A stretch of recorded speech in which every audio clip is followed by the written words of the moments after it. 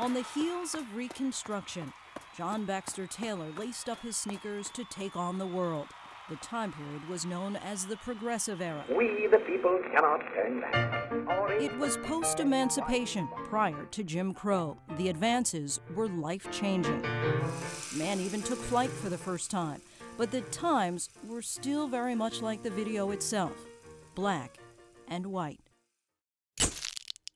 This was still a very racially oppressive period of American history. An African American who was a rarity for the most part in track and field would draw attention and perhaps not positive attention. And John Taylor was always a gentleman. And even when somewhat unfair tactics were employed against him, he brushed it off and conducted himself accordingly. Taylor was born in 1882. The playing field was anything but level, but he was an athlete in sport and spirit. He was a standout whenever he ran, not only because he was often the only black runner, but because of his performance. In many ways, his running style paralleled his come-from-behind approach in life. His custom was to let his opponents take the lead in the beginning of the race and then chase them down in the home stretch.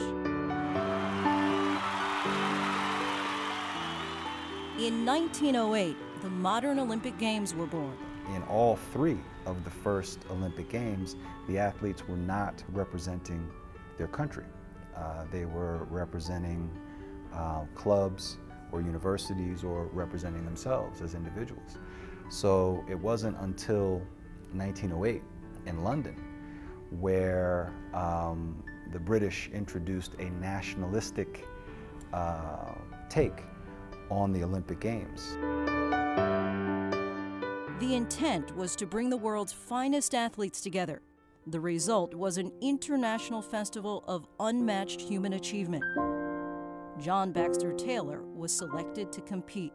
Sure, he'd faced challenges before, but nothing like what he experienced in London. He went on to participate in the Olympic Games, was at the center of what I understand till this day is still one of the most controversial incidents to occur in the Olympic Games.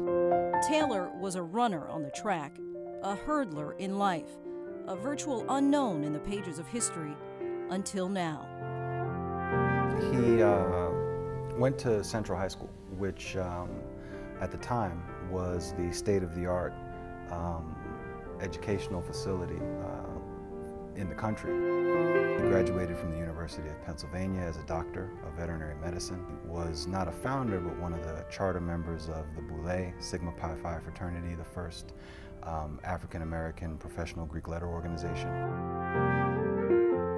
When John Taylor won his Olympic gold medal, he was not just the first African-American to win a gold medal. He was amongst the first Americans to win a gold medal representing the United States. It's eye-opening to discover this personality. It sheds light on a dimension of American history that has been given less attention than it deserves.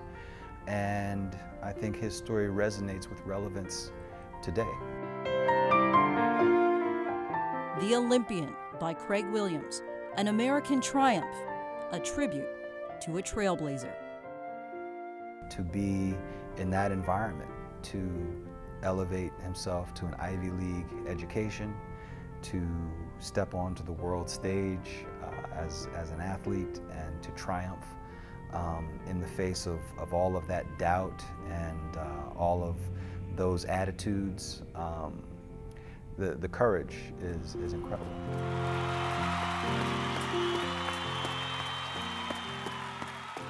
He is an authentic hero in the classic sense, and I think the world could use at least one more.